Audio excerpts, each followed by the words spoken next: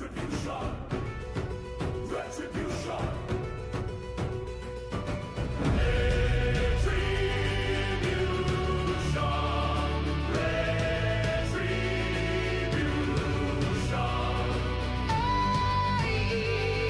AEL will rise again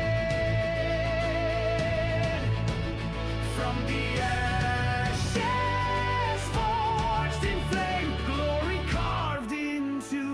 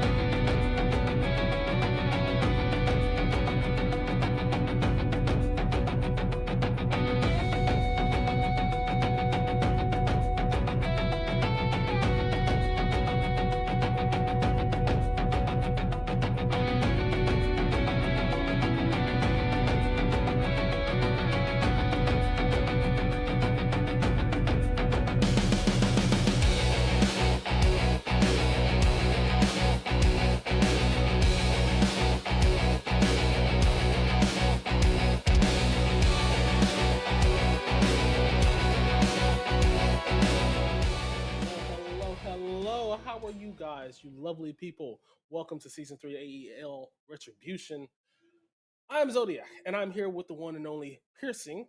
Piercing, how are you doing today, man?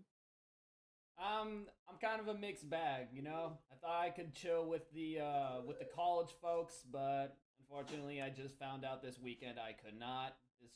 It's calculus too. For those of the college students out there, I know you're crying right now, and trust me, I was crying with you until I realized I'm just not Uh, prepared. It's okay to step back, but otherwise, I'm doing pretty all right.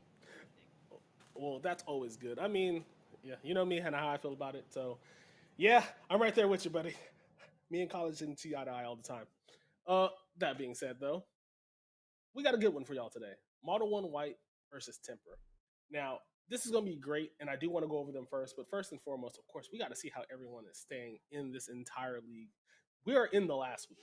So, right now is the make or break games for a lot of teams. As you can see, some teams are already finished. The ones that have 11 games played have finished out their fight all the way through. That being said, Temper first place in the Ranger side, they are keeping that spot. They are not getting any. They're not losing that spot for sure. They have that completely locked down, and I don't see where anyone else could essentially take it from them at this point. That being said, Model One White down in sixth place. They are actually holding on. They are pretty much solidified in regards to the playoffs. They are not going to drop out, but at this point, they're fighting for their seating. A better seated spot helps you out a little bit more with that. And as you can see, the difference between where Model One White is, if they win this, they gain 6 points, which will push them up to 43, which should easily put them in fourth place. So it can easily change on how you handle this situation, especially depending on if Corvus or Orgus Goobers end up. Well, Orgus Goobers are already done, so they can push up to fifth place at the at the highest essentially, because Corvus still has to play there. So we'll see how that goes out. Other side though, it's a complete fight for first place all the way through. Although Skyline is done with theirs, if Team Sesh wins theirs, they can overtake them and take that first spot, which the first round spot does have a bye week. So you get to actually, while everyone else is fighting, you get to sit back and relax. And that's one of the beautiful things about it. I mean, what do you think about these teams, Pearson? Honestly, I think the biggest thing to look at, like you said, is kind of the commando, like Skyline, Reno Skyline. These are some of the teams that have, honestly, some of the most consistent reputations across multiple leagues. So, yeah, like you said, it's going to be pretty much a free for all. But when it comes to Ranger, it's pretty much all said and done. I mean, of course, you've got some usual suspects as far as your top dogs in Ranger. You've got TEMPR, U.S. Army Esports, as well as Corvus Core. These are teams that we've seen before and that we know, and it's pretty typical to see them kind of strike it at the top. So there's a little bit of typicality, but also some newer names that aren't as familiar, also hitting some higher standings too. So it's Yeah, not a full on, lay it as you see it. There's a little bit of variety as in the kind of upper mid bracket range, but otherwise for the top five in general, it's kind of what you'd expect. yeah. The one interesting thing that I did want to point out as well, and I completely forgot to mention this. Left pocket. Left pocket has finished all their games, and they still have the ability to fall out. The games anywhere between sixth and ninth place are all still fighting for seeding. And with them already being done, it really depends on what shakes out in regards to these next coming fights. If TBD beats Baller, they've actually beat them head to head. So they would actually they would beat them in a head to head. They both would have the same points if they win it in regulation and fall out. So there's a lot of opportunity that's there on that commando side for this roster, this lineup to completely change as it is at the moment. But that being said, let's go over and talk about the teams that we're actually here for today. Model 1 White and TEMPR. And as we see, the TEMPR is just completely dominated this season. 10-win streak, 10-0. This is the last game for them to play. They are solidified in their spot. As you can see, their attack wins rate is 73%. Their defensive win rate is 71%. They have dominated pretty much every team that they've won against. It really doesn't do them really good justice to say that other teams are close because they beat even their closest ones to them. And I'm not sure how they move forward with this. Yeah, it's going to be a really tough situation for Model 1 White to try to overtake. I mean, that would be pretty much a entire bracket precedent setting upset for Model 1 White, or just by sheer win streak of TEMPR to pull it off. But I mean, one of the key stats that is approachable for Model 1 White that's down to earth is the plant percentage. They're only about 9% off as far as plant rate. So there is a possible opportunity, despite their attack win percentage and defense win percentage being 30% lower, they've still got a disproportionate amount of plant percentages. So that could be a possible strength to try to leverage if they can get some critical dives and plant downs. Maybe that's a way to steal some game-ending rounds from TEMPR. Yeah, no, and I agree. Looking at Model 1 White, though, I mean, they have quite a good opportunity. Now, I do know that Smas is not playing today. So their player to watch out is a very interesting one. But as we can see, if the map turns out to be something like Nighthaven, they have a 2-0 win there, though. So they have a good opportunity here to actually take them to their whole fight. As you see on their attacking side on that one, they have a whole 70%. The longest streak being 5, losing streak was actually 3 forfeits in a row, but there's 3 of them. But altogether, you see them really going through quite a bit of opportunity here. Their bans are not too uncommon. I do expect those to be the consistency on the bans. And, pretty much being able to take this one is going to be dependent on how are you going to attack them? What plan have you devised to get to them at that point? That being said, the roster that is there, we do know is going to be Resolver, Reckless, Newt, Chase, and Scooter. All of which, when looking at it on paper, it doesn't seem really like it's a good amount of things, but understand that there are some players that did, rotate in and out when Smoss was coming in. And the two people that I would actually watch out for is going to be Reckless and Scooter. It seems like they actually do have a handle on their kill-death ratio. Survivability is a little concerning with Reckless, but all in all, this is going to be what we're going to see going forward. Yeah, I would like to see, personally, as far as who to watch, I'm kind of eyeing Newt, and the reason why I say that is not only does that player, Newt, have the highest survival rating on the entire team, but still also maintaining the highest KDR. Yes, the kills and deaths are much more modest, but for how far we are into the group stage up to this point, to maintain stats like that is still nothing to scoff at, and tells me this is going to be kind of their closer. And that's where I'm going to be looking at late rounds. What will Newt be doing to possibly close out rounds? Maybe trying to go for plants, maybe go for the kill, which might be a bit of a death sentence against TEMPR, but who knows? But that's at least what I'm keeping an eye out for. So there's a lot of interesting players on their roster to work with here. But looking at our second team, our top dog, that's going to be TEMPR, with, of course, their perfect win streak. The only kind of notable thing on that, Pack Runners, they did have to forfeit, so that was a forfeit win.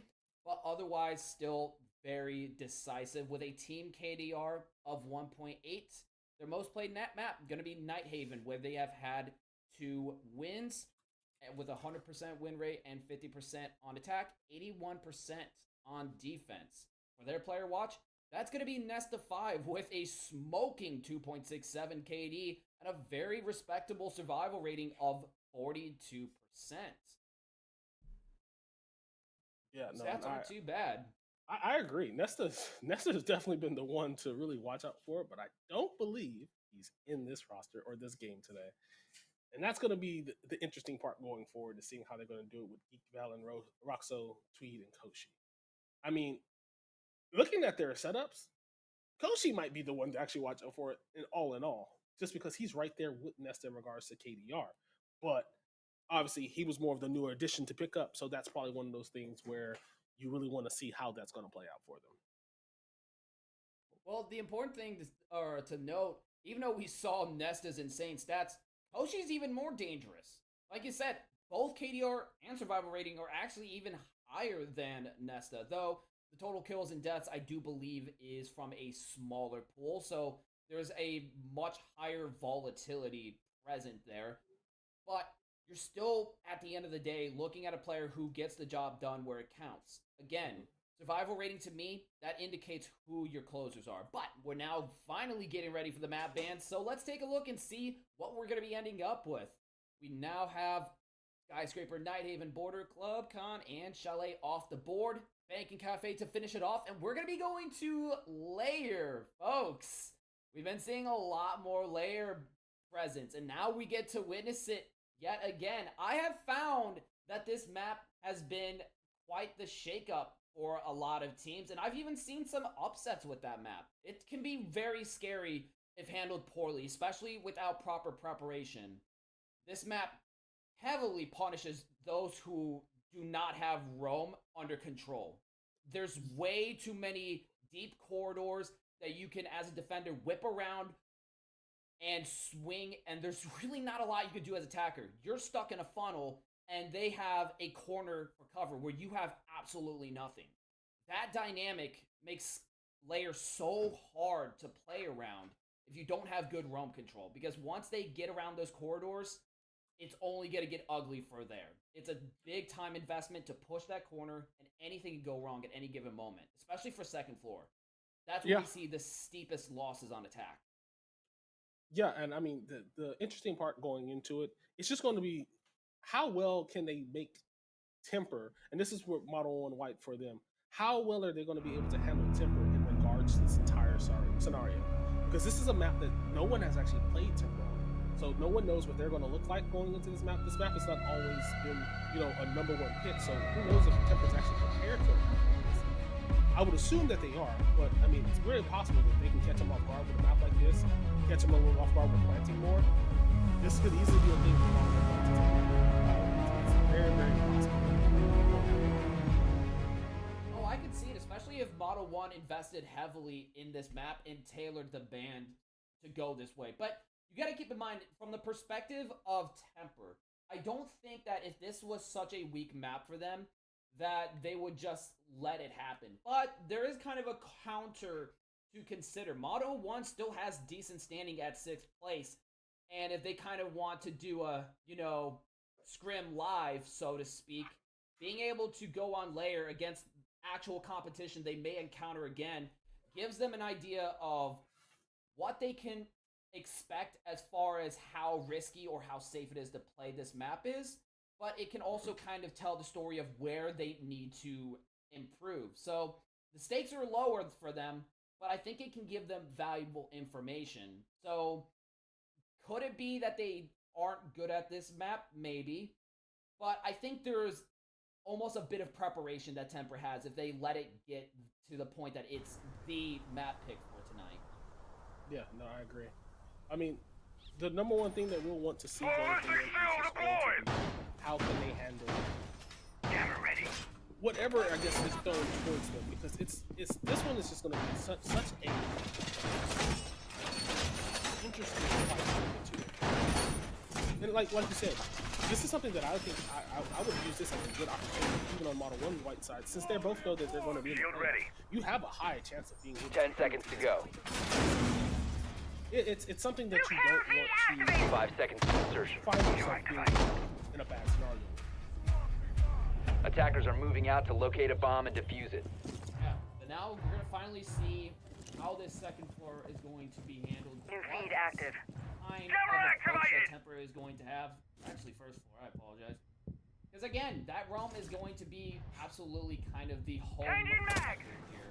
So Check even sting is in for play. number one standing, which is TEMPR, there's still a lot to work with here. But we are seeing a good start as far as composition goes. You've got Valence 76 on Gridlock, who's going to help a lot for cutting off the support, which gives you crucial time to prepare and respond if someone's going to push that hallway. It's actually a much better choice than, say, Nomad or other flank watch operators, because there's time. By the time you shoot out that flank watch, they're already right at the doorstep. This creates a physical barrier. We're already seeing the effects of that utility being laid out. Scuda getting caught out, taking significant damage. That's almost a nitro going down, but does manage to skirt on by. So far, from the general scene, it looks like TEMPR has a good control of the map as far as the roam. Scuda does manage to get some good shots onto Valence 76, trying to contest the slated flank watch for TEMPR, but also still no solid picks exchange. Dissolver will try to go for that run out, but gets shut down by Tweety. That's a big setback. That's already sight stall gone. There's those corridors I was talking about. Now faced right in front of Monty, gets taken out by Valence 76. That's what I was talking about on those corridors. TEMPR have been able to flip that to an advantage thanks to Chicken Joe on the Monty. Now, with a minute and 17, and they're right at the doorstep of sight. You're Model 1 with 2 on 5, smoke going out. You're pretty dang nervous right now. And already, Scooter able to pick 2. That's a massive flank. Able to take another. That's Valen 76. Grid was able to get some good buffer impact. And now out of the picture. You still have that shield to push corridors, corners, but a gun as low as speed is suddenly not looking as doable, especially with that pick going out. Though, pistol out. Chicken choke does manage to take another. That's chased out. Now going to be all up against Scooter, who is very low HP and is in full position to plant. Scooter gonna have to get uncomfortably close to try to stop this, but Chicken Joe gets off the fuser and vaults it up. An aggressive play that actually allows for a confirmed kill. One needed for TEMPR to take the first round. Yeah, that's exactly what you wanted to see. I mean, Model 1 White, although they did lose that round, they did everything that when I watched it, I saw exactly what I wanted to see from them. They did everything that they needed to do to get everything pushing forward and making sure that they don't have anything to go wrong. They managed to pull it back down to a 1v1, even when it was out of their element in regards to that fight. So they are doing a good job. I like to see. I like that I saw many bombs now that they know how aggressive they're going to, how TEMPR is going to push it. They know that they're running a shield. This is the time to see if they're going to change up anything, how they're going to counter them. I think the biggest problem that they had in that last round was that Model 1 White tried to run out with a Tachanka, and I don't think that that was probably the best smart move in regards to that, because in this 1v1, if that was Tachanka, Monty has a way harder fight now. But depending on how they do it, I mean, it just depends on how it's going to move forward going from that point. I'm excited to see how these two are going to fight. Because if they took it down to the 1v1 on that first round, that's what we want to see. 5 seconds left before insertion. Yeah, I mean, that was extremely close. You got to give Model 1 props on that. Despite the roam just getting systematically wiped out, they were still able to bring it rather close. But it does look like we're going to see them now trying this out on basement. Can't say I feel good about that on the side of Model 1, because this just allows TEMPR to really funnel it. Typically, playing around funnels can be a death wish, but because of the way the initial garage entry splits up, it's actually the preferred tactic for cementing yourself basement level. So we don't see much utility that allows for that breakthrough. They do have 2 sets of flashes setting that space up, and already we're seeing some above presence trying to gain space, but Resolver will be able to catch Chicken Joe. That's a shield down. That little dive above, not gonna really work out. So if they want their vertical, they're gonna have to actually work for it in terms of intel. They don't get that free peek intel that everyone loves to obtain and abuse from Monty. Yeah, no, and what I liked about that just happened is they're showing them that, hey, that same strat's not going to work. We're prepared for your Monty now. The Monty was the biggest issue from last round. They've already taken them out. So this is going to see how, and just like that, Ace going down, this is exactly what you want to see from Model 1. Model 1 is taking this to them straight to their face, saying, nah, it's not going to be an easy walk in the park. 10-0 who? This is 0-0 for them. And this is exactly what you want to see. I'm happy to see that Model 1 White is doing everything correctly, because they are prepped for the fight. Taking down what is going on. And just as quickly as a trade like that, you know, it puts TEMPR in a really uncomfortable spot. Having the ram will help you, but your heartbeat is gone. Your push forward, your scare factor, which is Monty, is gone. So now you have to take a 4v2 in an uncomfortable position with the mirror still there, Maestro can deny, and even then, depending on if they found the second Scopos, even Scopos can get behind you. But now we're moving forward, and with less than a minute to go, they do manage to take out 1. That's going to put it 3v2 on the side of TEMPR. That puts the numbers just a little bit better, but they still have one major problem to deal with. You talked about this. Newt on Scoopos can instantly jump back on site or punish vertical, which means that now TEMPR has to deal with a presence that they don't have the time for. It adds a major element of unpredictability. And with minimal map control like TEMPR has, an operator like Scupo still being alive is a death sentence. Now they're going to run down his mirror, and we see the mow down coming in from Scooter. Now with another back in the corner, that's going to be Tweety, and Scooter will catch that too. Yeah, that's exactly what I want to see right there. I loved seeing the change up that Model 1 White did. They didn't really change up their lineup too much. They just completely changed the mentality. That was a straight, hey, we're going to come back and punch you in the mouth. You think you can just run over us? I don't think so. We're here to stay. And that's what I like to see. That is what you want to see any from any perspective from this team is they're not going to just lay down because this is an undefeated team. They're going to try to take them out every chance that they get. And that was a beautiful showing. Defenders, protect your bombs from being Yeah, defused you by couldn't have attackers. asked for any better there if you're or Model 1. I mean, a great initial entry denial, as well as strong punishment on that basement walkdown. Because that's kind of one of the cons, in all honesty, is those stairs. If you're down on first floor and trying to walk into basement, Bomb there's located not a by lot of attackers. options. You got two stairs, and each of them is really hard to push through. As we saw there with that mirror setup, staring right down the stairs, you get pretty much no buffer there. That's often why you see a lot of teams run it down directly when it comes to basement. But TEMPR didn't even get that opportunity because of the major setback of losing Chicken Joe, who they relied on in order to establish that initial presence on first floor, but it never happened. Yeah, I mean it's going to be interesting to see. And you know, the actual more interesting thing about this is I'm actually more surprised that they're taking the Monty.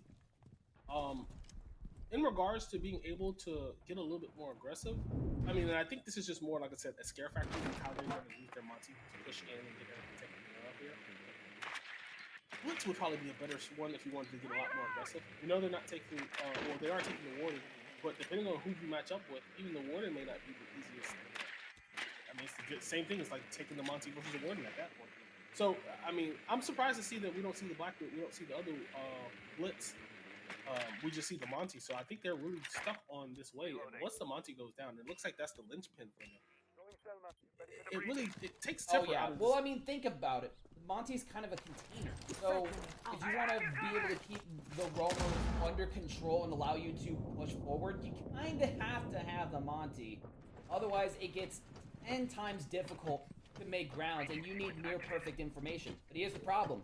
Who has TEMPR been running at this point for information as far as operators go? If your answer is nothing, you're correct. They aren't bringing any operators who actually give raw information. So who's that gotta be that can also contain? It's Monty. It's a dual-purpose operator as far as TEMPR's composition goes. They need it. Otherwise, they're gonna run into problems. I mean, look at this. They're boxing in both Duke and Resolver, already 2 players down and gaining major grounds. Even though it didn't go well the second round, third round, they're getting much bigger impact because there's better support. Last time he was all alone, and now we've got crossfires, plant going down, no geek goes out, Nitro connects, the pushback is real, but we see Tweety keep that edge, takes out one, as well as Valen 76 to catch another, and Tweety will be able to finish the job. That's what I'm kind of talking about when I say that TEMPR needs that Monty. If they're not going to bring intel ops, you kind of need a container so that way you can stay time efficient. This is a very hard map to be time efficient on. Yeah, especially because there's so many, like you said, so many corridors, so many corners and opportunities. It could really hurt them trying to make if they don't get the full intel that they need going into it, not knowing everything. So using the Monty as the intel dual threat is a smart way, but I do think they need to start taking that intel as well. With them taking Monty off the board, it's going to be very interesting to see how they're going to set up for this next one. I think that it looks like Modern One White also notices that Monty was the key point. And of course, they just went out and took the Blackbeard instead. So this is going to be an interesting and the Blitz. It looks like so we're going to really see a good way that how they're going to push this. I don't know if Modern One White is ready for an even harder push with the Monty being out the way. It looks like that was their passive opportunity. Now it's going to be a lot more aggressive, and I want to see how they're going to handle it. Attackers need to locate. Well, and yeah, I defuse mean, once you bombs. run a repeat, you're gonna be much more faster because you know exactly what to expect. But one of the operators who, even though it's kind of a niche, but absolutely serves to punish that run it down faster mentality, which can create a major displacement that roamers can take advantage of, is, well, Flash. I mean, think about it. You've got long corridors, you've got familiarity on the side of TEMPR. They're going to try to run it down past those halls as fast as they can, establish permanent space, and if you get hit in the face with a clash, and then you've got someone swinging around the corner, after that intel goes unclear, you know, because you only got about, what, 15 seconds before that intel is no longer safe. So, after that 15 seconds, Clash shows up, you've got someone swinging the corner, now you've got an absolute hole for the defense to punch out attack from being able to hold anything meaningful. Yeah, no, I agree. I mean, so it's going to be a very useful situation to see how. I mean, using the Clash will probably be the best counter for this scenario. I mean, depending on who you'll have a swing, probably hopefully the Warden if it's a Blitz. But I mean, it looks like they dropped the Blitz altogether. So it's just a Blackbeard with a similar lineup of being able to push backwards. Now, I don't know what the secondary gun is for Capital, but if you know anything about Capital, Capital is a great solid counter to Clash. Because you can Firebolt her, if she sets up the shield, if you have the Gone 6, you can pop it. Now she has to take you straight forward. So it's going to be a very interesting to see how they're going to handle this Clash altogether. There's the Warden there with her, just to protect her. But I mean, if it's Capital, you know, I wouldn't want to swing the fire itself. So it's going to be a very interesting fight with these lineups altogether. Well, yeah, but they're still going to have to carve out some space at the end of the day, and it's a lot harder to do that now that they have their own, especially when Clash is going to slow down mobility rotations, and then you lose your hard breach. Very unfortunate. It looked like the headshot almost lined up, but it didn't quite connect, and that's going to allow Resolver to be at just a shy, tiny sliver of health. Meanwhile, Geek will be completely out of it. Meanwhile, we'll see Ace trying to isolate someone outside a door, knows that someone's there. This is where things could get potentially messy for TEMPR being split up like this, but despite that, they're going to try to run down a plant anyway. Buddha running out in the open, tries to stop it, but ironically, gets completely caught out rotating. It seems like carving out that little gap in the defense's positions is actually what allows them to plant. But despite that, Model 1 is getting a good pushback, able to catch out Valen 76 as well. Now out of the picture, but Resolver goes out. Now going to be a 3v2. Firebolts have been expended. Reckless flipping the corner, going for the defuse. Can anyone walk up to stop it? So far, Reckless almost getting to the diffuser, but man, that's close. Chicken Joe securing the kill at the very last millisecond. Yeah, this could have really been bad for them. I like the fight back that they pushed. I think the concept was there. I think they had everything prepped for them. I don't think that they were ready for that early push. I don't think that they really had a good opportunity. I really was expecting Model 1 to win this one going into the beginning of it, just because they just showed the ability to fight right back and punch them back. I think that the quicker the push that happened from TEMPR was what threw off Model 1 White. They had to get a little bit more aggressive, and as we've seen, they're able to handle the aggression to go straight after. It's just about taking it from that point and capitalize on it. They could have capitalized on it, like we saw. It was just a millisecond left. That was really the only thing that really saved TEMPR in regards to winning this round. But I think that at this point, TEMPR is showing that they're willing to go there. It's time for Model 1 White to truly just to step up and start taking, I would believe, a little bit more intel information as well. From what I'm seeing, we do know that on the TEMPR side, they are taking a lot of intel information just with the shields, but that's about it. But on the opposite side, we're not seeing a lot more of it on Model 1 White side either. We're not seeing them really get the intel. Scopos being here, Jesus, Maestro being here, that would be probably the best combination you can have right now in regards to getting intel outside of like a Valkyrie. But it's going to be very important to see how they're going to handle getting the information about the plants. And that's what seems like it hurt them in that regard. They threw the smoke earlier, they didn't get it. So, you know, you have to know if you're hitting the person or not. And this is going to be a very important piece, especially in going into round 5. So here's a question that I kind of have for you. What do you think is the utility of bringing in a Maru? What do you think kind of the intention is there? Do you think it's just kind of to bring a level of unpredictability that forces an anchor so that they can kind of punish that on-site hold with use, or do you think something else is going on? This is looking really interesting, and that wing very aggressively towards the stage.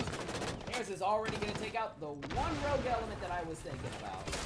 Well, so I think the Romaru's concept was to just get in fast and put pressure as quickly as possible. I mean, they're still utilizing it to the best of their advantage, but Model 1 is just prepared for a fast push. Getting that fuse off was probably the bigger piece in regards to this entire puzzle, because you can't just destroy all of my stuff that's on site now. The RAM can do a lot. Maybe I can take your intel with Dokkaebi, but that's about it. It's going to be a very interesting one. I like the concept that they did with the Maru. I don't think that was well executed. I think they tried to put him ahead of the shield, which would have been a better situation where the shield was there and he peeked out. So I think the timing was off on that one, but I think the concept would have been great because they did push him back and he just got aggressive. Yeah. What a slam. But I think the bigger thing too is, it sucks for TEMPR because Fuse would have been able to destroy so much utility. Any on-site Scoopos robot, gone. Goyo's gone. Maestro, gone. Would have been perfect for a delayed execution.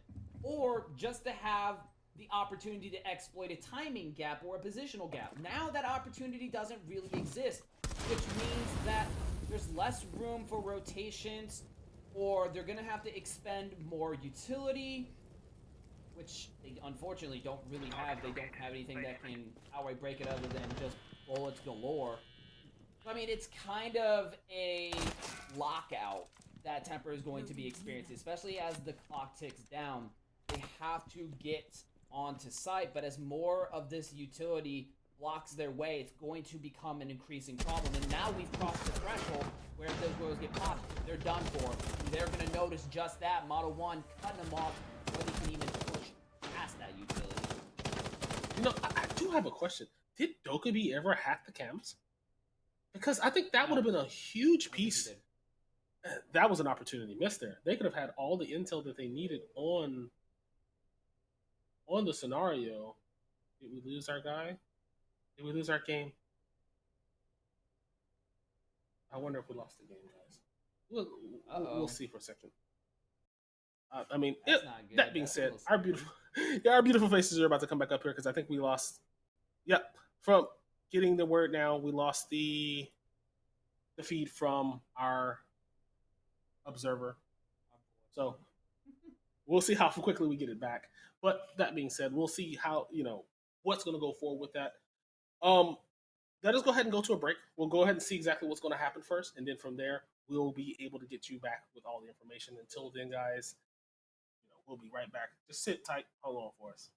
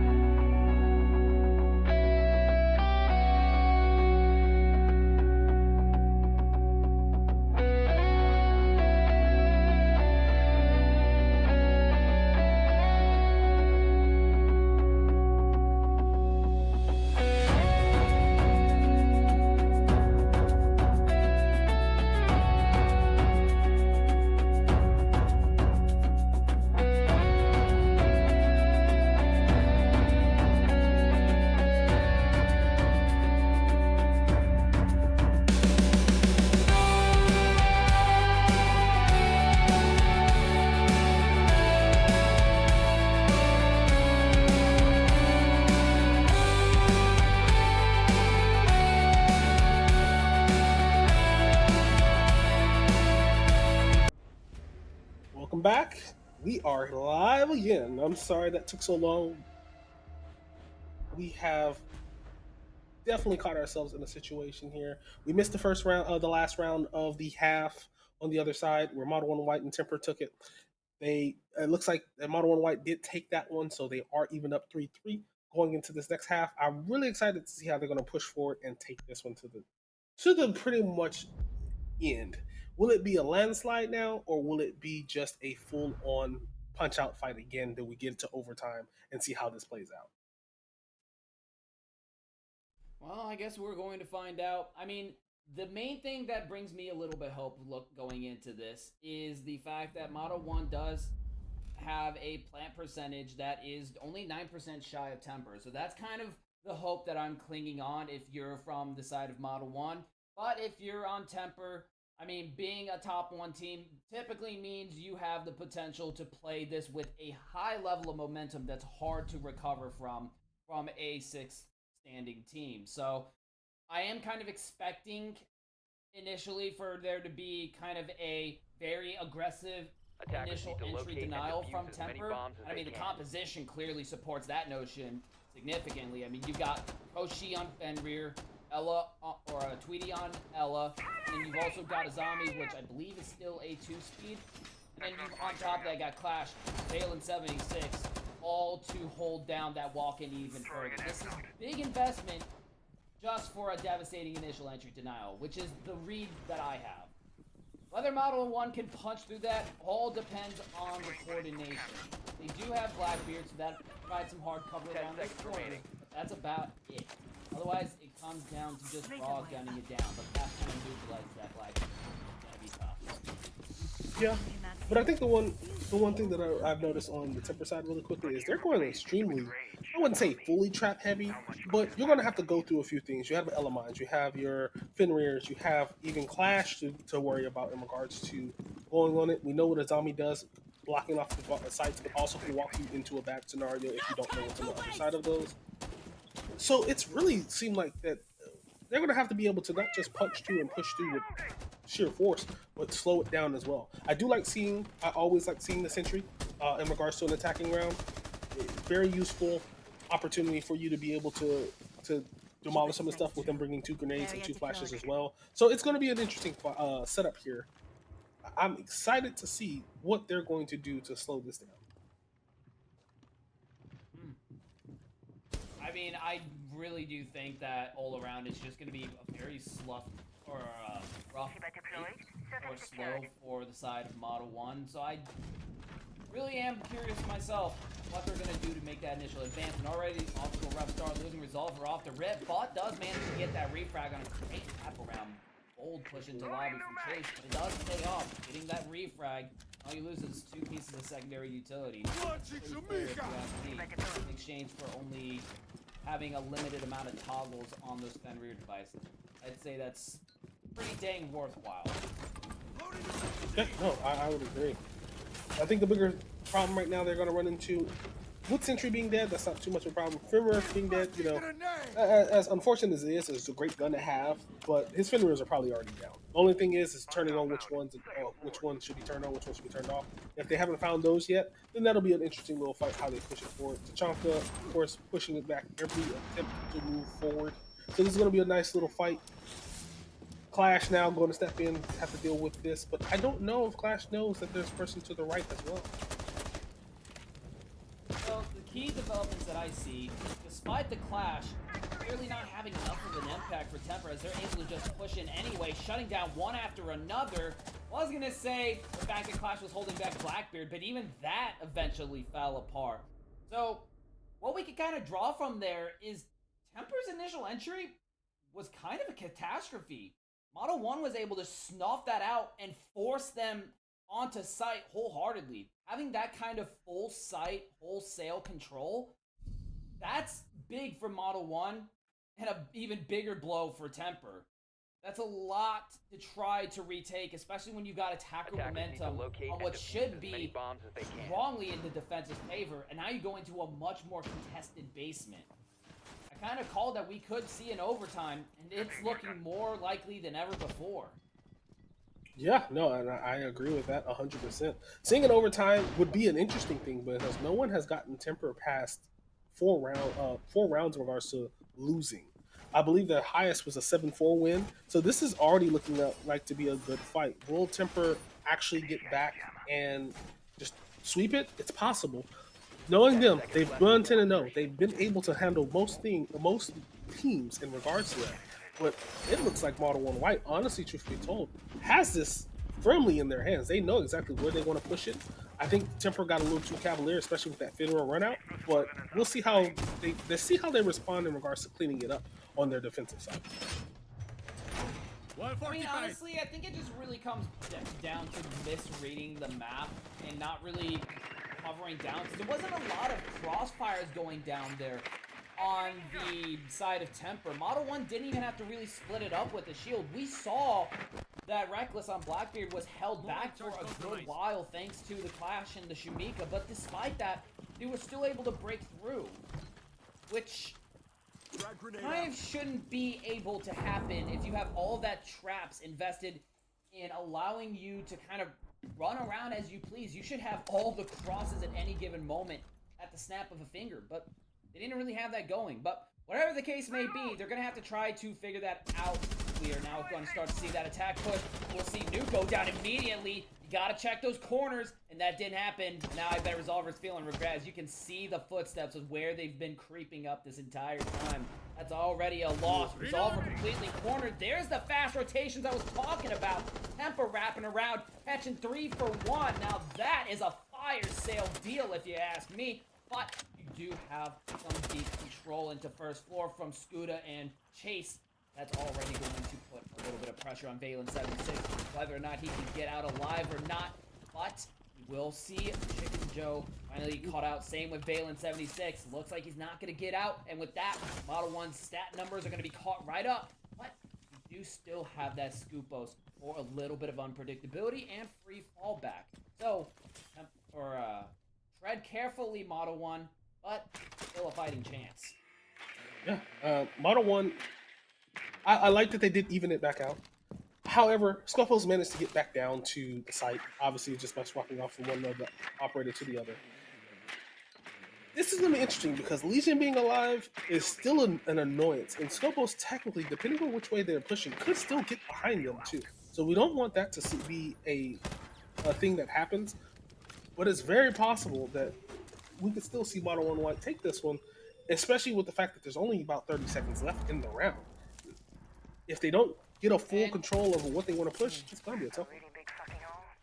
Yeah, that's kind of the mixed bag for them. They're going to have limited rotations. They would have needed like a minute and 20 seconds to be able to push through the threat of Scoopos Legion. Now that opportunity's gone. The flash going out. Weedy still trying to go for the swing. Despite that, misses the door. Gets taken out. That's to be thanks to Chase. Now going to be one-on-one, and Koshi will take that fight against Chase. Now going to be up to the final engagement, and Scooter will be the one to win it. Model 1 now has breached the unbreachable against Temper. They are up 5 rounds. I'm telling you folks, this is looking like their time to rein in. This was kind of what I was fearing for Temper. Losing that first round on the most defender-sided site doesn't tell a good story of what's to come. And now Model 1 is just 1 round away from overtime. This is scary territory. And Temper's now getting experimental, running it onto first floor, giving Model 1 plenty of room to pick and choose where they want to play it out. Yeah, and with Model 1, I'm excited to see now. It looks like they understood. They have done their homework on Temper. That's what it honestly looks like. They know exactly how Temper plays it. Even on a map that hasn't played, especially specifically in AEL for Temper, must have done their true homework on them because it seems like that they know how they're going to play their defenses all the way through. It didn't start off so well for them, but they are willing to fight back and get those skills and are really dedicated to still pushing through even when it doesn't seem like it should be in their favor. And that's what I'm liking about this matchup. It doesn't on paper, it doesn't look like a solid matchup. But we know how my mentality is. Former sports player myself, any given day can be a day that you can win. It does not matter what the paper says. It's down to how you execute your plan. And I'm telling you now, Model 1 White really does have this in their hands right now. Hopefully they don't do anything to jeopardize it being up 5-3. but I'm leaning towards Model 1 being able to take this with pretty much comfortable ease as long as, you know, TEMPR stays on their safe path. Yeah, it's kind of disappointing though when you really think about it because TEMPR had a great setup going into that. But the problem was they had the wrong operators who were stuck on first floor and they couldn't really get a fallback.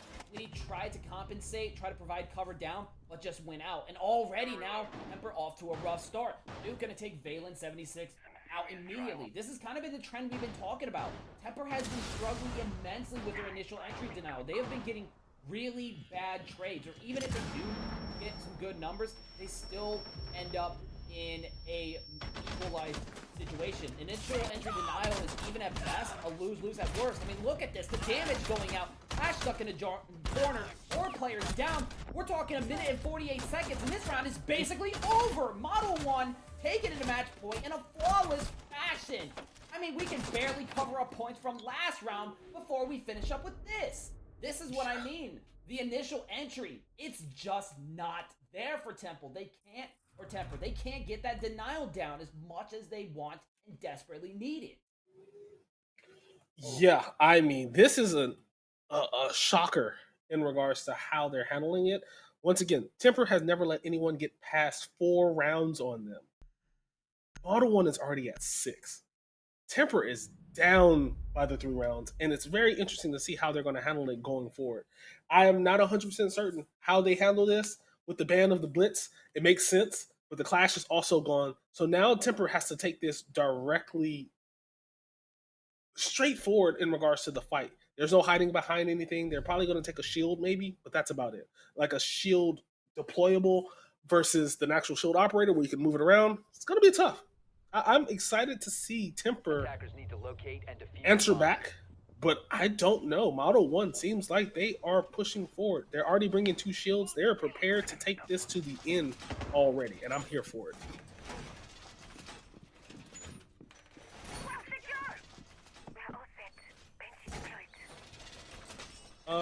My boy, you're saying, Bomb I don't located by know if you attackers. know we can't hear you, buddy.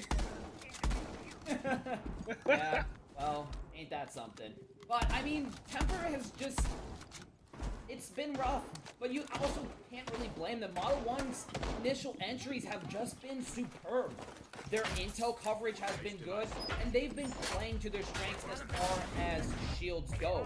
It's been what's allowed them to dive so deep. But the difference is where Model 1 on defense was able to still get some, you know, wiggle room on their defense, especially once the shield is down. TEMPR is getting pinched out, and they're getting put into these kind of fatalist conundrums, whether they like it or not. That's where it's scary. A lot of teams on defense will voluntarily sacrifice their life to try to waste as much time and do as much damage possible. TEMPR is not voluntarily in those positions. Model 1 is forcing it. TEMPR doesn't have the escape avenues or the crossfires to commit at the level that they need in order to shut out Model 1. And that's evident by how player counts even out, even if TEMPR gets a good punch onto Model 1. It's scary territory. Very concerning. Yeah, and once again, looking at Model 1, they haven't really made their push in, but they are already in a spot where they are making a good impact. Getting that mirror can be cracked up. If they be able to pop it open, they're getting the bandits off. Ooh, that was a good shot onto a Maverick. But I mean, that's exactly what you're hoping for. This is the first time I think we've seen TEMPR take the initial kill. And this is going to be a good play out to see how Model 1 goes forward now. Yeah, this is the comeback opportunity. Already taken one off the jump. But again, look at how disposable positioning is. There's not really too much of a crossfire. You got players stacked on top of each other. That's positionally inefficient. I mean, I get it. They're hunkered down, but this just means that Model 1 is going to have a lot of real estate to come from above or below to try to push this out. We're already starting to see the consequences of that. Valen 76 taking out Chase off the rip. Starting to see kind of the situation really lay out. But the thing is, despite those funnels and that opportunity for Model 1, TEMPR has so far still been able to get a good punch on them. We haven't seen really a dive yet. These funnels are just big struggle points for them. And that's another. Valen taking out Resolver. Yet another. More damage going through. Model 1's just getting punched out here. It seems like TEMPR might have found their golden ticket here, which is just stay still. I mean, they've anchored for the most part, and it has done them very well. Now with a little bit of roam, they feel emboldened. Valen 76, that's a 4K, making yet another down. All gonna be up to Reckless. The one shield who's supposed to provide the buffer, and that buffer is nowhere to be found. Well, that's a nice answer back to a flawless round with your own flawless round. I think that's a beautiful way to see this going forward. Now we have to see if TEMPR is going to wake up and just say, all right, we're done playing around. We're here to stay. We're going to take this out. That's what we're hoping for at this point. TEMPR, you still have a nice little mountain to climb, though. You're down 2 rounds. All it takes is one mistake, and Model 1 takes away this round. Now, does that really affect TEMPR in regards to the overall standing? Probably not. Actually, it won't. But even still, you do want the opportunity to be able to relax on that concept. You want to be able to see how this is going to go forward with you and change the entire dynamic of what we're doing. Attackers need to locate I mean, and defuse whether as they many would have bombs stayed as or they not, can. this is an opportunity because once again, they have the ability to run into each other again in the playoffs. We both know that both these teams are set. So now it's just going to be, hey, will we have enough information on you going around to the next time we meet? Hopefully. Both of us make it there, we'll be able to take someone out. We know that team TEMPR is not going anywhere for our next round for sure with that bye week.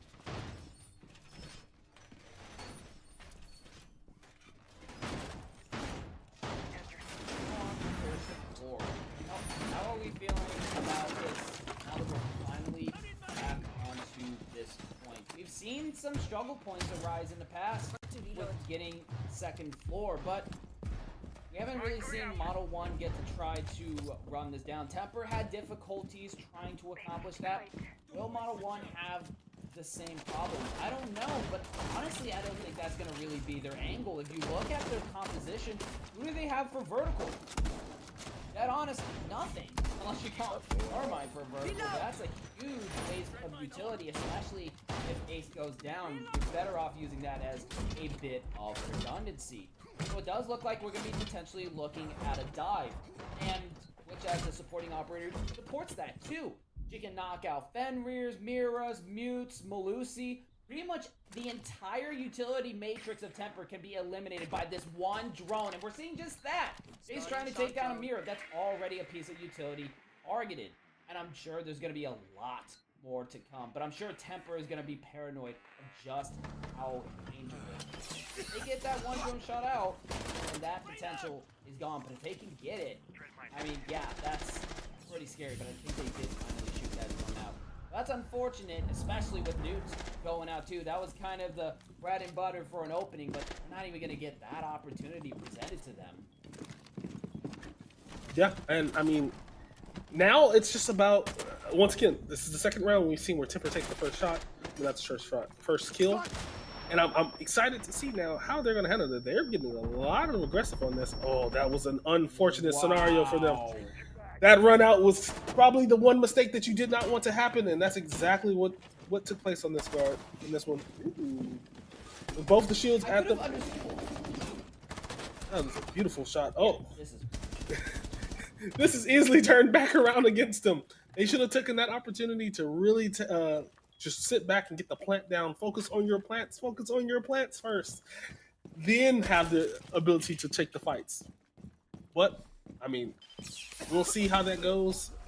You know, TEMPR holding this down for themselves is probably going to be the best thing that happens. They have the diffuser in hand, or knows at least where it's at. So it's just going to be about getting this taken care of and getting this plant down to stop one of the two operators. Yeah, this has been kind of train wreck after train wreck. First with running it down against a Blackbeard. Yeah, don't know how to feel about that one. That one was messy. But then you also too kind of had that train wreck again of Model 1 diving in unnecessarily when diffuser wasn't even secured. And that led to a sweep too. It's just, you know, kind of a poor taste from both sides, but either way, this is still winnable for both sides, especially with Scooter now trying to go for the plant. But you've got one above, and then you've also got another try to push the pillar. It'll be Koshi with that line of sight from above. back just barely exposed, and that's all that's needed in order for TEMPR to stay alive just a bit longer. Yeah, and I mean, this is what's a possibility. It's do or die time now. This is your opportunity to go to overtime or lose it all. You can lose it all 7-5. Listen, Model 1 White has already been the only team to push TEMPR this far. So it's at this point, it's just about can they finish it off? Will they finish off TEMPR and take this win? That's what we're looking for. Looking at the lineup for them, I mean, it looks like they're going with the same setup again, just a little bit different. Having the sledge to get a little bit more vertability going, Attackers need to the locate Grim and to be able to defuse know where bombs. you get your intel, where people are sitting, knowing that they're downstairs. That will be the best case scenario. Um, I'm pleasantly surprised to not see a Ram a little bit, but I can understand why you don't take a Ram as well in regards to everything. The nades that come with sledge is very important in that regard. Certainly a mixed bag. Kind of how they didn't really go for vertical much at all, but they also kind of ignored, you know, those above players. 10 And that seconds remaining. pretty much kind of sealed the deal. Like you said, we're now starting to see some investment into vertical, and that's going to be from the side of Newt. But how they actually play that out, hard to say because you still have that Scoopos on the board. I'm starting to see a pattern with playing Scoopos on basement. But I mean, when you've got such a labyrinth of second floor that you can hide that robot, that's pretty much going to be impossible to find without a massive waste of time. It's kind of a natural resolve, but either way, it does look like we're going to see Model 1 try to get that fast initial entry into first floor, but it is going to be held up by those mute jammers, but it does look like they're finally able to push through it. Chicken Joe throwing in some pot shots, and that's going to reveal his position immediately. And you've got Flores, the rifleman, as that backup to the shield. If they can get this first player knocked out, that could provide him a big advantage, but a big disadvantage is Reckless being knocked down to very low HP. Geek also taken very low as well, but still alive and able to stir up some trouble. Speaking of trouble, Koshi able to catch one, pushes the shield back, almost looking like a refrag, but instead, pistol to pistol, Koshi wins that, taking Resolver down. Now, 3-5, Model 1, initial entry, the script has been flipped, and it has not gone very well in their favor. First floor, still very well a problem. Reckless all alone to try and reestablish this space for vertical. Still a lot of unknowns. 4 drones remaining. They still have a lot of intel to try to sift this through. And Scooter will be trying to clear that out so they can advance forward. Yeah, you know what's interesting about this? When I saw that mute taking the first top shots, I feel like that was just a distraction. I need you to come this way, look this way, come this way, and I mean, it worked out in his favor. He managed to take out both the Monty and the Flores. That's huge. That Monty could have really helped them in regards to just forward pushing intel, having live feed information. But now it's gone. You still have Blackbeard on the board, but he's low health as well. So this is going to be just a tight little fight, in my opinion. I don't know how they're going to handle it, but I mean, right now, TEMPR's in complete control of this round. It can flip on them, but you got to remember, Scopos is still a thing as well. If Scopos is not downstairs, he can easily be upstairs right behind you and completely destroy the execution as well. I'm really excited to see this one go. Will it go to overtime? That's the biggest question right now. It's scary territory, and like you said, that unknown risk, because that's the thing, right? Once you go for execute, there's even one person behind you, everything just falls apart. And speaking of falling apart, one goes down, Newt another, Koshi on triple kill. Ruda manages to take Geek down, but with 17 seconds on the clock, 4 players to kill, no diffuser in hand, and problems on top of problems, utility, Goyo, it's gonna be a wreck as TEMPR finishes it off for us to finally get into overtime. It was a good opportunity to end it, but Model 1, they just couldn't secure it. That momentum was just kind of a hot flash, and that's it. Yeah, I mean, but this is what we wanted to see. We wanted to see a change up in the entire setup. We wanted to see an overtime. We wanted to see TEMPR come back. This is what we are excited for. But now, Model 1, you let them come back 3 rounds on you to take it into overtime. It's time to buckle down. No more games. Take them out, finish the job. TEMPR is not going to allow you to do that. TEMPR is going to say right back to you, I don't think Attackers need to so. You locate know and who we defuse are. bombs. Who are you? Let's take this fight and see how they finish it off. I'm excited to see TEMPR finally say, you know what, gloves are off. We're not playing with you anymore. And I'm not gonna lie to you. A part of me believed that TEMPR was just kind of toying with their food. Being 10-0 and having an opportunity to have this kind of fun could be the case as well. For the fact that they took it back, back up 3 more rounds to catch back up to him, it's very possible. But I mean, this is also an opportunity for Model 1 to say something that everyone didn't. We managed to knock off the team that was supposed to be undefeated. It's a very good opportunity for both teams. Ready, set, Banshee deployed. I mean, either way, regardless of what the outcome is going to be, if you're Model 1, you're already pretty dang happy with the result. Going toe-to-toe and putting yourself in territory against TEMPR that has otherwise been unseen by the rest of the bracket already tells you that that 6th place positioning does not mean that by any regards that Model 1 cannot climb up to the prize pool or even be the champion for this season. They've got the material. The potential is there. Whether it actually carries out into a win, who knows? But either way, they've already won massively with what they have accomplished by being 2 up over every single other team that has faced them thus far. Yeah, and I mean, if this is anything, this is just a preview for what the playoffs are going to look like. Looks like that both teams could easily at any point turn on the burners for the teams that they have to face in the playoffs. I mean, insider information, I'm certain I know for a fact that TEMPR just believes they're just going to run through this. They made a bet with us. So just to add a little spice to the fire, we didn't accept this bet. They brought up an opportunity to say, hey, I guarantee we'll go undefeated. So this is a good opportunity for me to look at them like, man, maybe I should have took the bet. Who knows? But I doubt it. We wouldn't do that in the first place, integrity wise. I was But gonna say, you probably should have taken that bet, because so far we're looking at a 4v3 situation. Chicken Joe and Valen 76 are both out. They do manage to catch Scooter out. But either way, I mean, this is absolutely looking like they may not go unbeaten.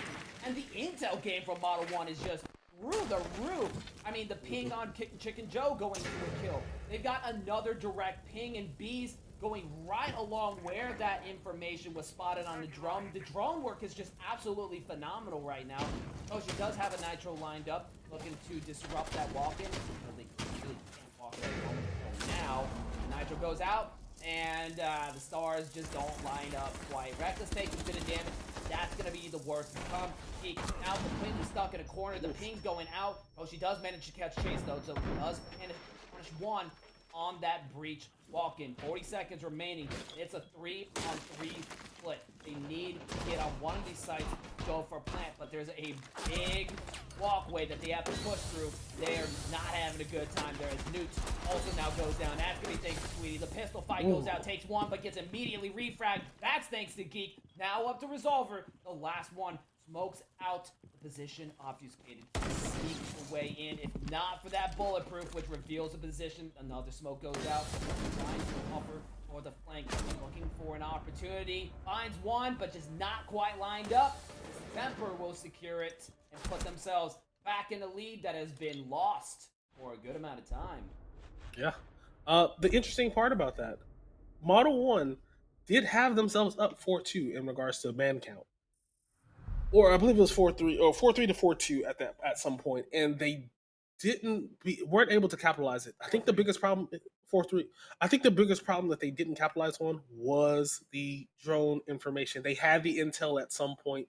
They kept running their drones in and losing them. The more intel you lost, the worse it got for them. They should have let that drone stay in that drone hole. They should have let the opportunity come in for them to. It's not a good case situation going forward. Like, you don't want to see that from Model 1 to be able to throw that situation when you did have the intel, when you did know where some of the operators were. This is the time for you can take over and just really get everything going forward. I still think that Model 1 can kind of pull up here. I think the timeout here was probably not the smartest call, because it's been kind of back and forth on defense when Model 1 was rocking it out from the gate from the first half. And they're only going to get one shot at it. And they're going to be actually going basement, which is more contestable. I do find that a bit interesting. But they were able to hold their ground pretty Defenders, protect your convincingly. bombs from being TEMPR defused by wasn't able to attackers. get as successful of attack as they wanted, but maybe that timeout will pay off because TEMPR is running a very unique composition right now that we haven't seen from them. Sledge, Lion, Aurora Borealis. I'm gonna keep saying it. I'm sorry.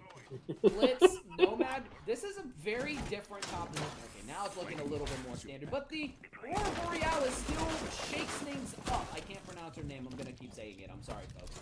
But it provides kind of this lockout. If TEMPR tries to go for a dive and closes it off with Aurora, that could be quite detrimental to Model 1, because now that initial entry is just completely nullified. Blackbeard leads the way, Gridlock cuts them off from rotating and flanking, Aurora completely stops them from being able to contest the plant, Nomad solidifies it. I mean, this is very much looking like not so much of a rush, but rather kind of a lockout, tag-out dive with a bit of redundancy blended in the mix. Yeah, no, I agree. I mean, the setup for how they're wanting to do everything, they are already in with the Blackbeard. That is exactly what you want to see. Not really for Model 1 side, but looks like TEMPR's already saying that they're ready to close this out, and they're ready to close it out now. They're going straight at them. They haven't had any real opposition except for the first time kill in regards to the scooter on Maestro.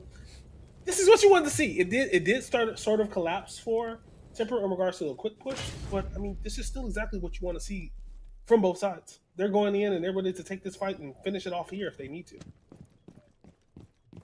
This is big initial ground gain for TEMPR. This completely throws the defense for a loop. All of that initial entry, that roam potential that they could have had to work with is now gone. And what's worse is with Scoopos eliminated, the bread and butter of basement, now TEMPR has no doubt in their mind that everyone on Model 1 is basement. They know that it's just a matter of identifying their locations and hunting them down. Though, granted, they only have 3 drones kind of floating around, 2 in pocket. So there's still a lot of time and a lot of drone work that is potentially available to them. But it's really unfortunate for Model 1 because there's so much that's available time-wise, util-wise. Once Resolver and Scooter are spotted out, who are both clustered together, a lot of vertical and angles kind of hold out against them. Once they get that lockout on that line of sight they have, and there it is, coming from Chicken Joe, that's kind of what I was talking about, that's going to give them the go-ahead for that plant, as long as they're ready for that line of sight to be popped open. But, oh no, that's a big loss for TEMPR. Scooter taking Chicken Joe. There goes that plant strategy. And Scooter looking for more blood. That's going to be up against Koshi.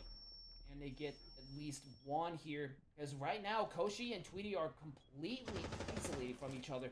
35 seconds left on the clock. Whether TEMPR closes out all comes down to this very last moment. The nade goes through. Force of displacement, but a peek comes through either way, and Tweety will take Scooter out. That's big, but the clock has ran down. 20 seconds, they need a spot, and they finally get it! A 1-for-1 trade! And TEMPR still has not lost a single time.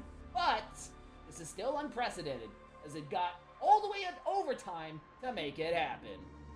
Yeah, that's not what you want to see from your team. It was a close opportunity for them to not be, in regards to it, a true undefeated situation. You don't want to see yourself having to go there, especially on the last one. But at the same time, it could have been one of those situations where it's like, oh, you know what? We only are at this point because of ourselves. We allowed it to happen. I mean, they came back with essentially 4 to 5 rounds unanswered. That's not what you want to see. 5 rounds completely unanswered is not what you want to see from your staff, from your setup of team. Um, that's just, it's not what you want to see. Honestly, truth be told, I mean, you wanted to make sure that this went by as very dominant, because what this would do for me is, if I was Model 1, I'm comfortable. Oh, I understand that we had you on the ropes. Now I'm a little bit more confident. Now next time I see you, I'm trying to take you completely out. The little small mistakes that were made were small mistakes, essentially. Not utilizing the intel properly, not using this. These are things that can be corrected. Pretty much like you said, this means that there's an opening. There is a way to beat TEMPR. Even though they couldn't find it, Model 1 now knows that there is an access point. And every single team, when it comes to VODs and whatnot, this is going to be very important. Because if they want to be the top dog, they're going to have to fight and beat number 1. And that's TEMPR. And Model 1 has just revealed an opening. Now, how accessible that is to other teams, hard to say, because it is Model 1 at the end of the day who was able to bring it out so close where no other team has been successful. Whether or not that comes down to strategy or Model 1 just being built different and having a lot of hidden potential to unveil, we'll see that as we move past the group stage. But regardless, there is a vulnerability. TEMPR is not unstoppable. And that is narratively big for every team whose only goal is to be number 1, as it should be. There's a light at the end of the tunnel now. This isn't just some, David versus Goliath situation. But taking a quick look at these stats here, we do see that Skuda and Koshi predictably will come out with a very high 1.61 and 1.75 rating respectively. 19 and 8 KD, 18 and 9 KD. Very, very strong. But the thing that I kind of wanted to look at that's quite interesting is every single player other than Skuda and Koshi came out with a negative kills per round. So most players were not picking up a kill every single round. So, I mean, you kind of just had one behemoth that was kind of sweeping the numbers, which kind of goes to show how back and forth this has been the exchange the entire time. Heck, even the survival ratings really reflect that. Not a single player has lasted or survived half of the rounds. It never happened. Every player has always been dead for the majority of the rounds, which I think just really speaks to just how close this actually was. But the other thing to think about too, and this is just wild to me, look at Koshi's KOST. 100%. That means that every single time Koshi died, there was impact out of it. Whether it was assist, whether it was trade, there was always a follow-up. Koshi was kind of that big enabler that we were kind of talking about at the beginning. What's actually also interesting is the actual reason on this stat, and I did want to also point out to everyone, this actually is missing one round, and that was the round that our observer ended up disconnecting out of. So we didn't get that particular round of stats. So this is missing round 6 particularly. So there may be someone else who's possibly on the positive side as well. But the one thing that I wanted to point out for sure is the fact that Model 1 really lost this on the entry side. Look at the entries for TEMPR. They have several, 3 for Koshi, 2 for Valen, 2 for Tweety, 1 for Chicken Joe. The only person who didn't have one was Geek. But the 5 entry kills that Model 1 had versus the 8 that was on the Model 1 on TEMPR side, that's a big storytelling too. Protect your head. Don't walk out there and get your head shot off every 2 seconds. You don't want to be the first one, especially right off the bat. It's a very important piece to their entire puzzle as a team. You don't want to be caught up in that scenario. 100%. So yeah, I mean that kind of I think tells kind of the tale of what went right and what went wrong there. I mean, still so much potential from both teams. And surprisingly, Model 1. I mean, we kind of knew that TEMPR was going to be kind of the undisputed demons here. I mean, there was a bit of hopium there, a lot of copium, Model 1, they can do this, They brought it all the way to match point, and then it just slowly but surely fell apart. But I mean, this is still big. There's a lot of lessons and knowledge to be picked up from here. It's not about bracket shifts. It's not so much even about TEMPR, losing. It's a showcase of vulnerability. It's a display of power, really, from Model 1. And it honestly just gives a bigger scope of how close these teams are amongst those who are advancing. The top 3 are not guaranteed to be the ones who win out this league. Don't assume that, because that would be a big mistake. Even TEMPR is not untouchable. they got very scarily close. Very scarily close. And like you said, since both of them were already slated to be in the playoffs, neither one of them could fall out of the playoff groupings. They're both solidified to be in the playoffs. This was a good opportunity for all teams watching, but specifically Model 1 White. This was an opportunity for them to see that, okay, they have a lot of vulnerabilities. Well, if we fix ours, this goes a totally different way. 5 rounds unanswered. Well, I guess it's not technically unanswered. This was TEMPR responding to the 5 rounds that Model 1 White took off of them. They took a 5 round win, then it jumped to another 5 round loss in regards to that. So this is just telling them that once that streak is going, you need to know how to slow down.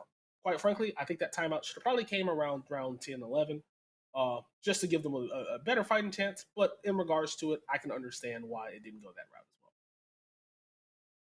as well. 100%. They really needed that reset. Mm.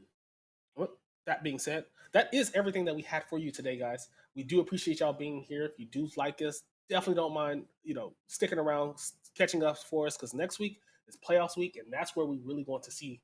That's when the teams really turn on the burners. That's when they're going to try to take the win all the way through. That being said, before we head off, Piercing, do you have anything for us? No, honestly, that's really all I got. This matchup honestly turned out to be far more fascinating than I could have possibly anticipated, because I've seen how these number one players can just kind of, pub stomp all the way through. And I was kind of thinking, okay, they're undefeated. It's likely going to go that way. But I mean, what we actually saw was so far away from, a absolute slam shut case. It literally came down to the wire. So, I don't know about you guys, folks, but I very much appreciated watching. Yeah, same. I would say the same. Once again, congratulations to TEMPR for winning this one and going undefeated. That being said, next week we'll see how they handle the playoffs for Model 1 White going forward to it. That's everything we have for you today, guys. Thank you again. We love you. Appreciate y'all for watching. Until then, we will see you the next time we stream. Thank you and have a wonderful night.